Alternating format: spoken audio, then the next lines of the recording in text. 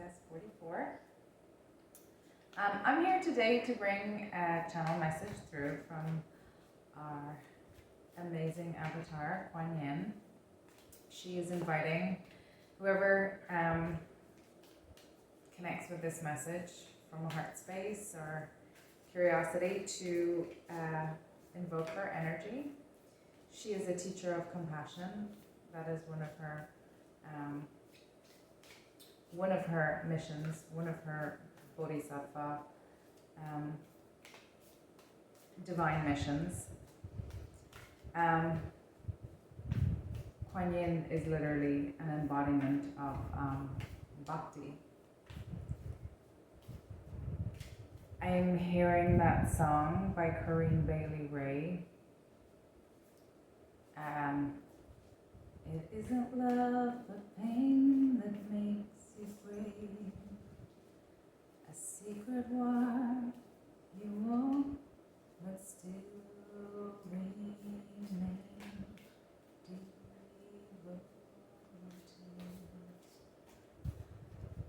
I'm not going to sing it for you. She's such a beautiful song. Maybe there's some messages for you in that.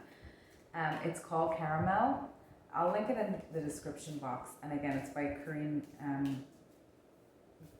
Corinne Bailey-Ray. Beautiful, beautiful song. Quan Yin is here to guide us in the teaching of compassion. And what is that? It's applied divinity. The Wheel of Fortune just came out. This tarot deck, I really love it. It's the Way of the Tarot. It's so cute.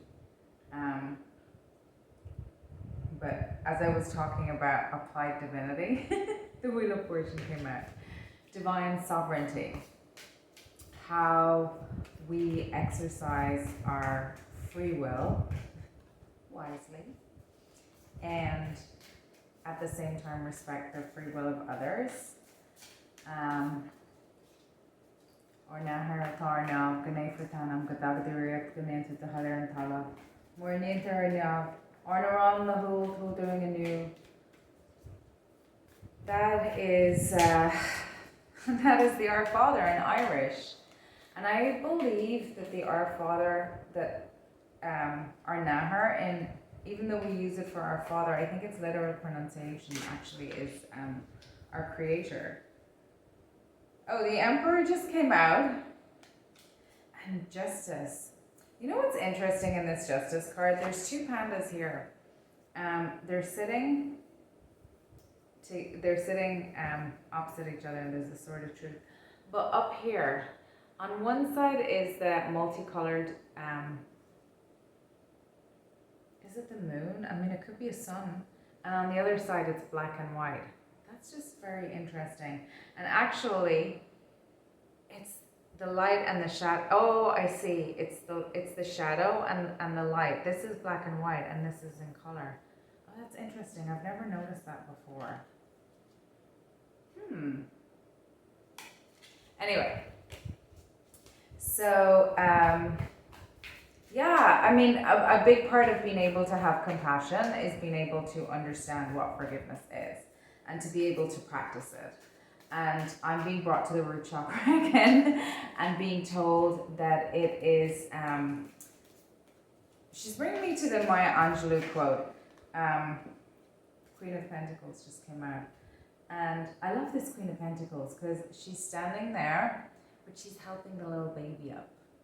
So it's not the traditional Queen of Pentacles that you're used to seeing where she's like by herself in the field. This is the Queen of Pentacles that's got her little charge with her, and she's in a supportive position with that. I really like that.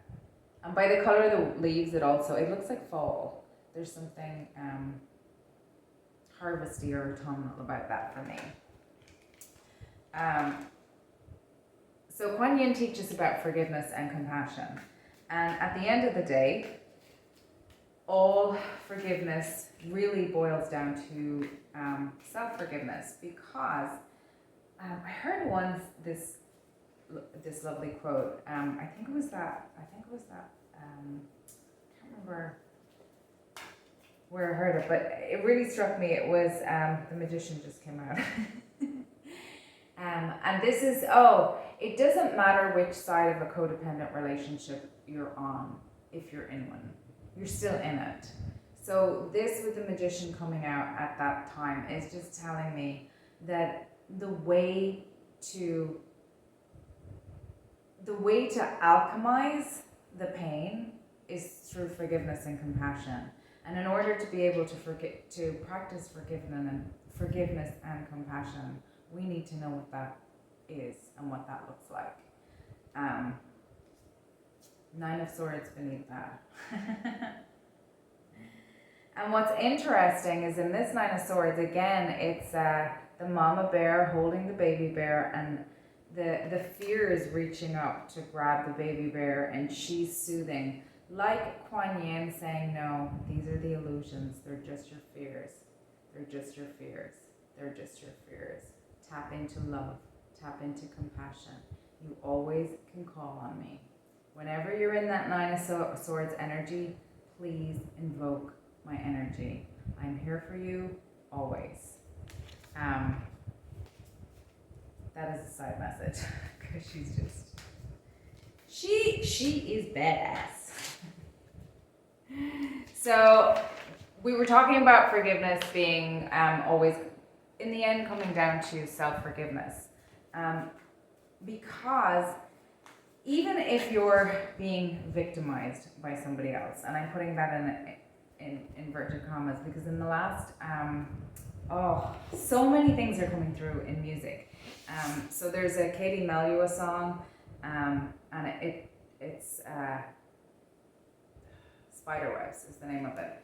And the line I'm thinking of is the opening line. It's like, if a black man is racist, is it okay if it's a white man's racism that made him that way?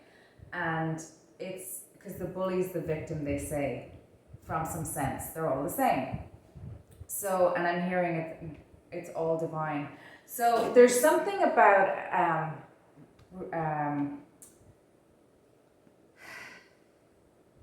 polarity in 3D. Not necessarily, so positive and negative being more associated with polarity and duality rather than good and bad. To kind of take that perspective, and that's the more spiritual perspective, because that is all is divine. So, and why is it self-forgiveness? Because irrespective of whether you're the perpetrator of, let's say, let's take a codependent relationship where one person is the aggressor and one person is the victim. The aggressor has to come to terms with the fact that they're the aggressor at some point, because that's not something that is going to continue indefinitely. At some point, everybody comes face to face with the truth. And that's when they're in harmony with the divine plan. And that happens at some point, irrespective. Like it's just a given. Because everything is divine. All timelines are happening now. It's just, we just have our, human perspective with which to kind of try and understand it. And we're just babies, we're growing. But we're now we've got our driver's license, and some of us have been rocking around in Lamborghinis since we were knee-high to a grasshopper, and some of us have been, kind of rocking Flintstone style. Anyway, even the victim in that scenario has to come to terms with the fact that they stayed in a relationship where somebody was doing that to them as well.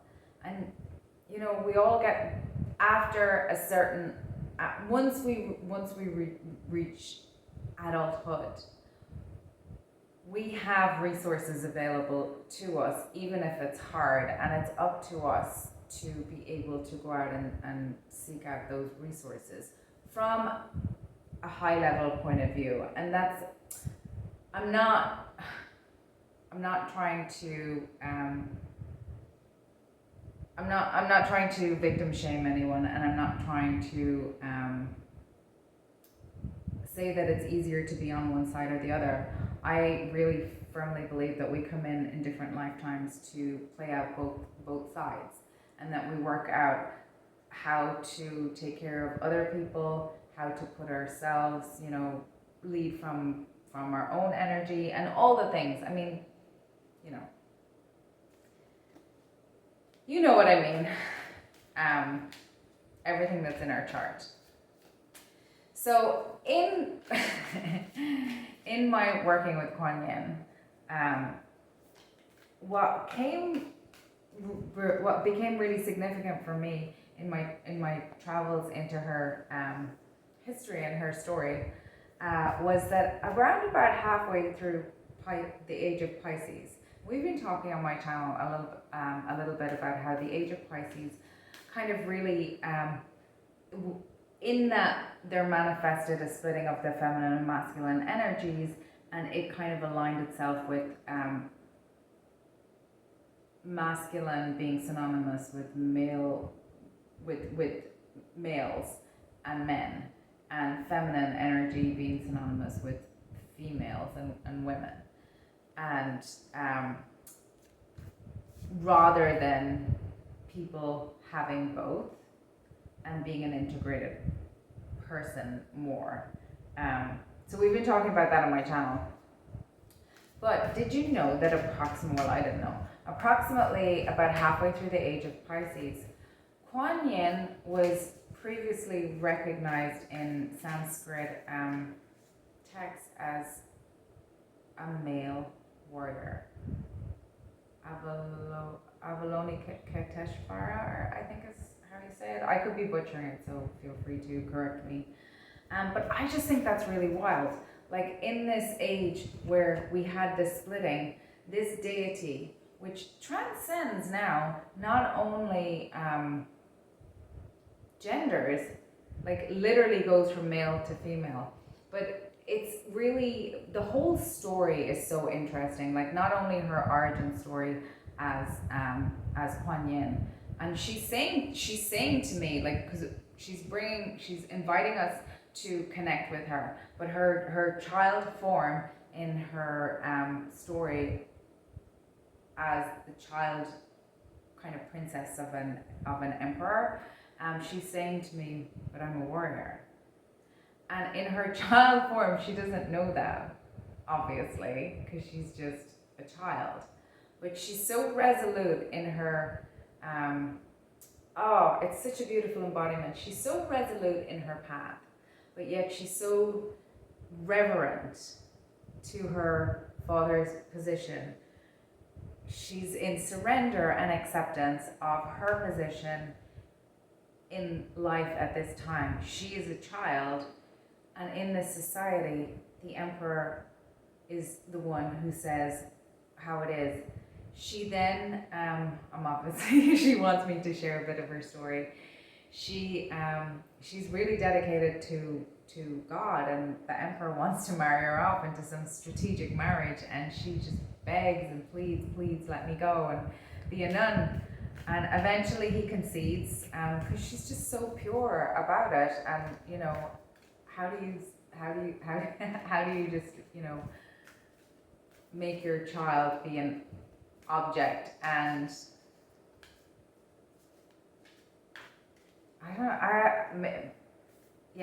anyway, he agrees. She goes off to a convent, but he's like, make it as hard for her as possible, make it awful for her so that she'll want to leave. And she doesn't, because she's not in it for the lifestyle or for the accolades or for the whatever.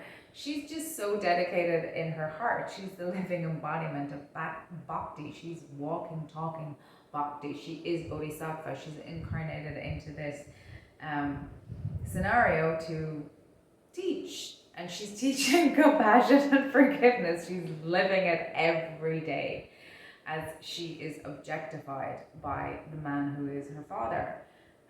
She doesn't surrender because she knows who her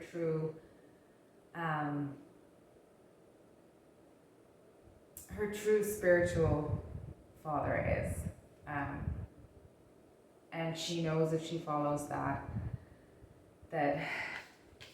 that's what she needs to do. She's guided, and she's protected.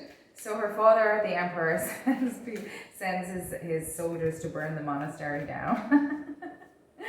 And she is protected and whisked away. And her story goes on and on and on until, eventually, her father sees the error of his ways in the story. But anyway, she's telling me that, so yeah, she's a warrior.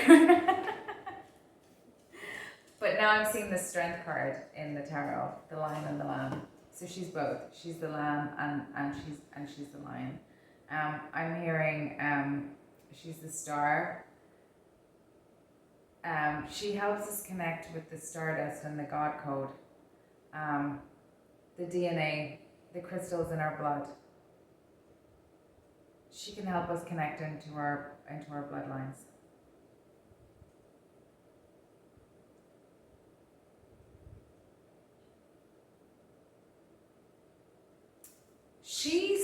Her origins are also associated with shamanism. And when I was doing my, so this is back to more when I was doing my research into, or when I went on she took me on a little journey. And this was actually a couple of years ago it started, and then she kind of really came into the forefront again just quite recently. But when she started to come up, around, it was in kind of the background of Confucianism, which was very, and I don't know a lot about Confucianism. I know a little bit about Hinduism, but it said that she incarnated as Brahma and Krishna and Isis, in some Sanskrit text, and I don't know which. I mean, it's available to look. I don't know. But then there was that whole thing between Confucianism and Taoism, and Confucianism was more rigid and militant, and Taoism was a bit more of the kind of, I guess, to put it in today's word, like a little bit counterculture versus rat race versus corporate versus kind of hippie or something. Just the energies. I'm not saying that's not a direct correlation at all, because I don't know anything about them, but the energies would be a bit more like that. And there was a little bit of like the Confucianism looking down on the Taoism as being kind of like, a bit hippy dippy. And then Taoism and all of these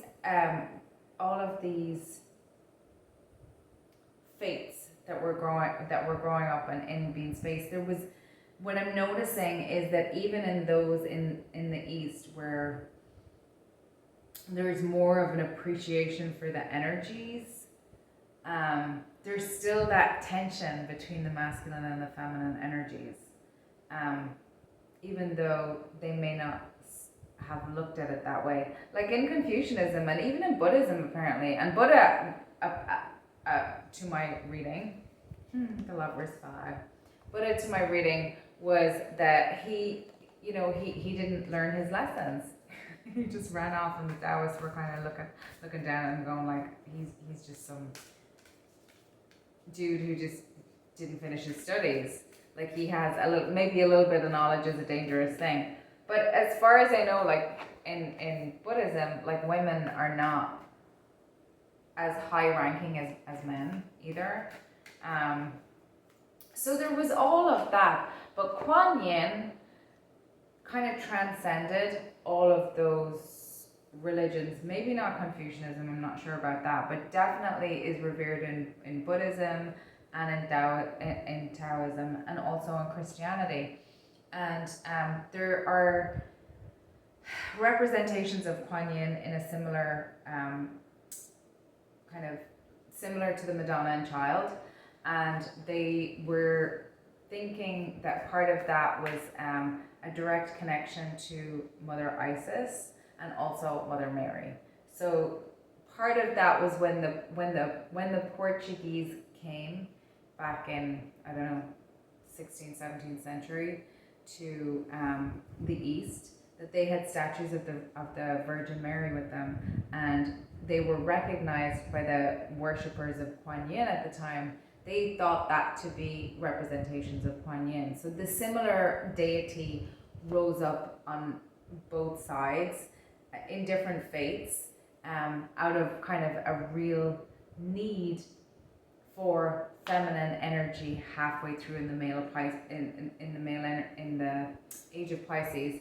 And when you think about it, also, isn't like in where is that place where is it in? It's in Saudi Arabia, in Mecca, where the women aren't allowed to go.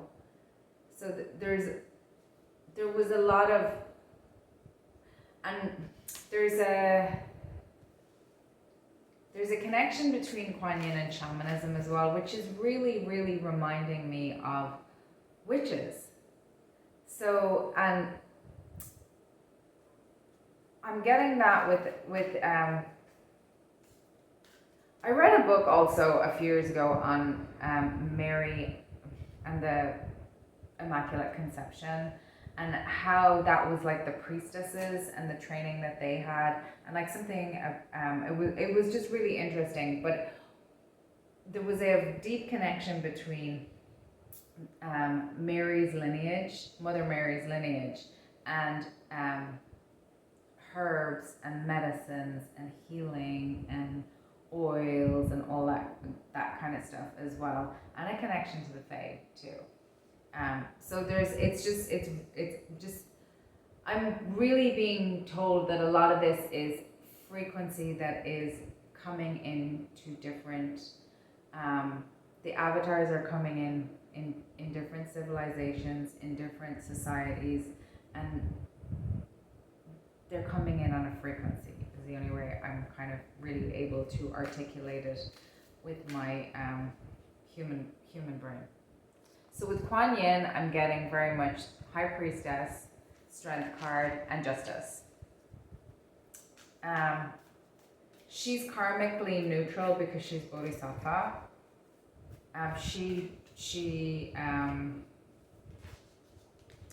So she's about transcendence. She transcends. She transcends the physical, but that's in the story of her. You can read about that as well. But she transcends genders, and she transcends Eastern and Western, and she transcends faiths. So she's just. I'm hearing like the people's princess, like Princess Diana. She is the deity of the divine feminine. It transcends all. It transcends all. And the only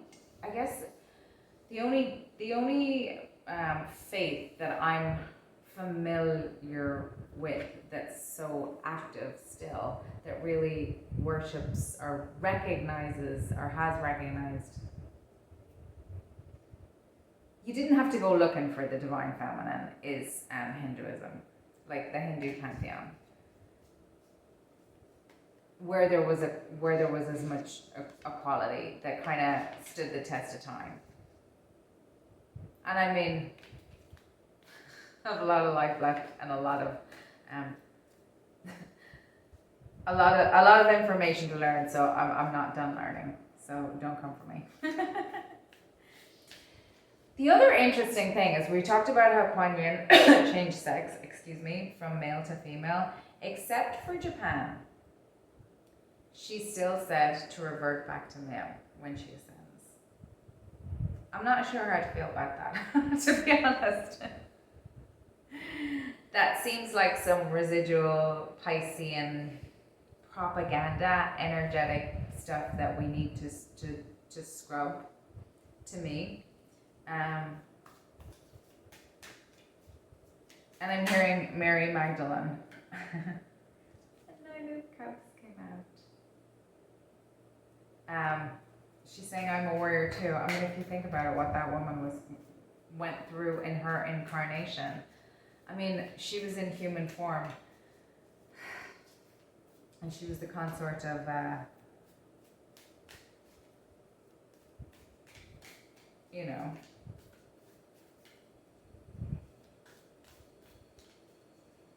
she'd been through some stuff,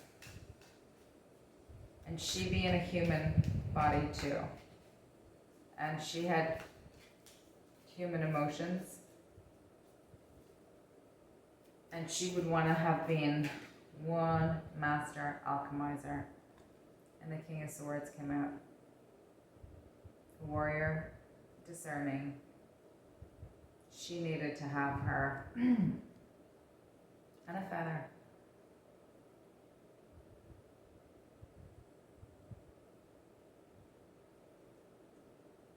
Not weighed down by resentment. Not weighed down by guilt, shame. Not weighed down, having alchemized. She is an alchemizer.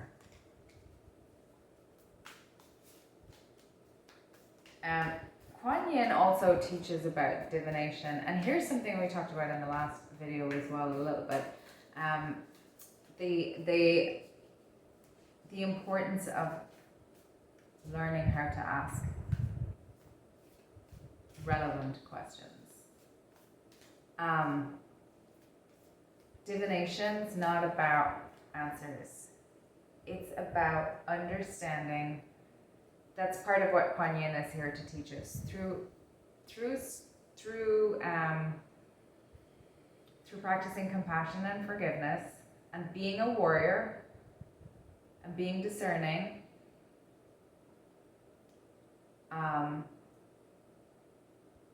we're learning how to be divine.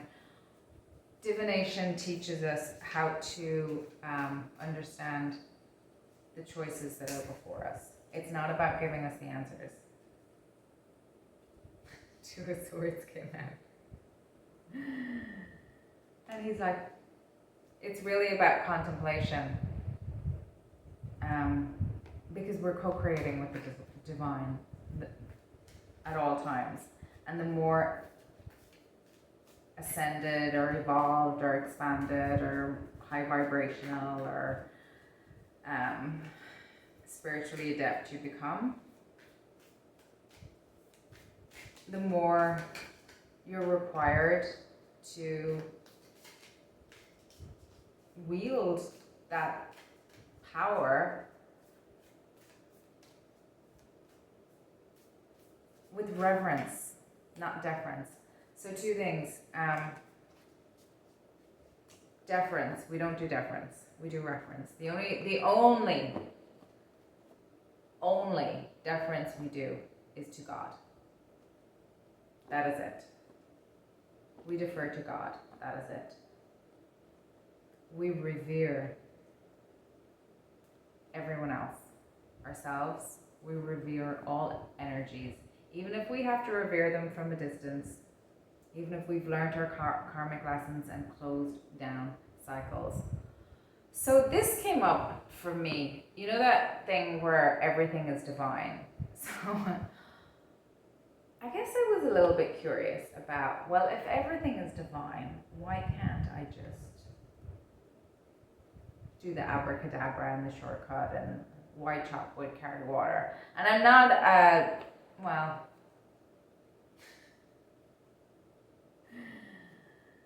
I know I signed up for the jumbo pack of ego deaths this lifetime, as I'm sure many people that I come across do. But in that playlist, there's also, my dance teacher used to say this to me. I would ask him, well, what's the step and what muscle do I use and what does it look like? And he would give me all the visuals, and then he would say to me, Alicia, dancing's what happens in between the steps. So I'm just going to let you sit with that one. But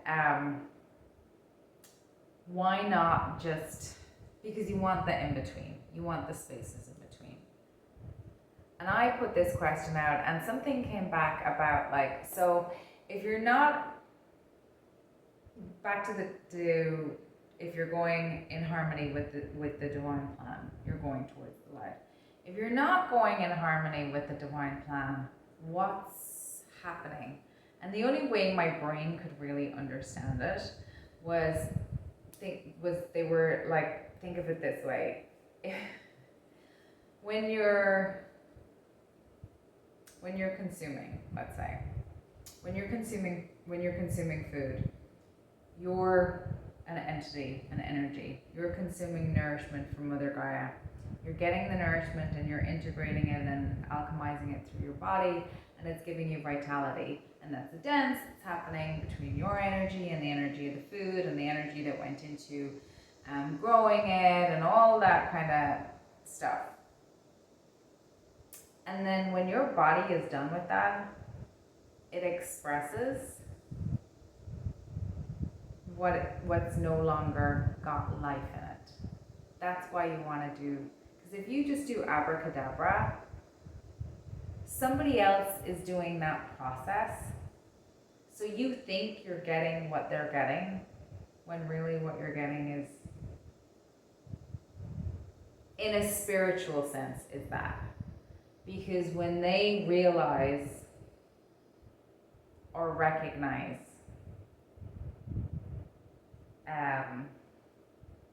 their lessons, they may take that away, and that goes away, and you're left having to rebuild it. That's the way they're kind of putting it to me.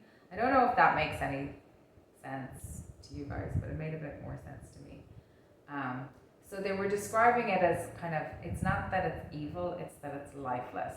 Oh, and that's the other thing that they were talking about. So I shared, if you're ever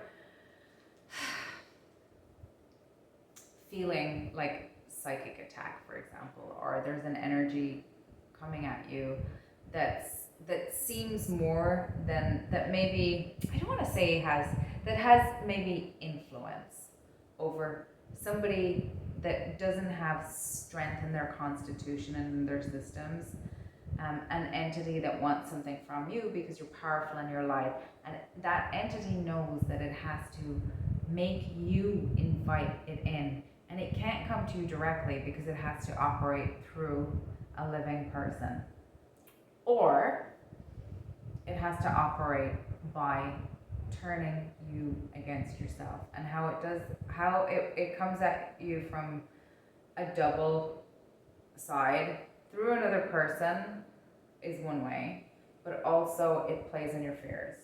So that's also one of the reasons, because it doesn't have any, it's because it's lifeless, it doesn't have any substance of its own. Maybe it does, because I don't know about antimatter, but I don't know anything about that. But that's the way my brain is understanding it. Because you're the juice in a psychic attack. It needs to get you to relinquish your juice to it. So they need to, and the other thing is, telepathically, you can ask, by cosmic law, you can ask 3 times, are you of the light? Are you of the light? Are you of the light? And if that entity answers 3 times that they are of the light, they have to answer truthfully. They won't answer 3 times if they're not of the light.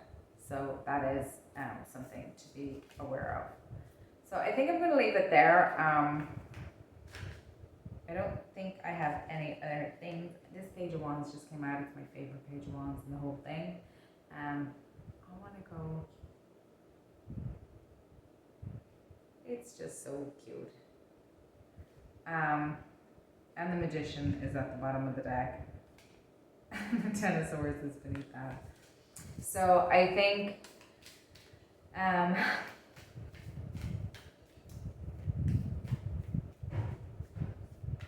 hearing from the avatars, we are a symphony. We are a symphony.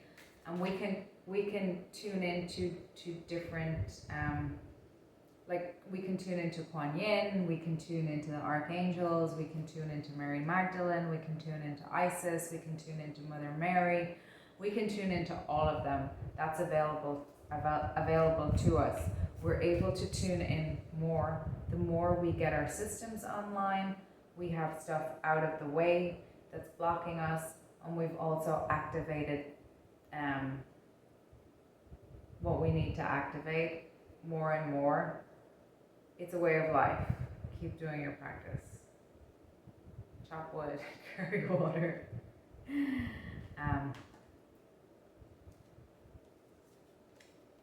Hermit. I'm gonna leave it there. Everybody take care of yourselves, and I will see you again soon, I hope. Bye-bye.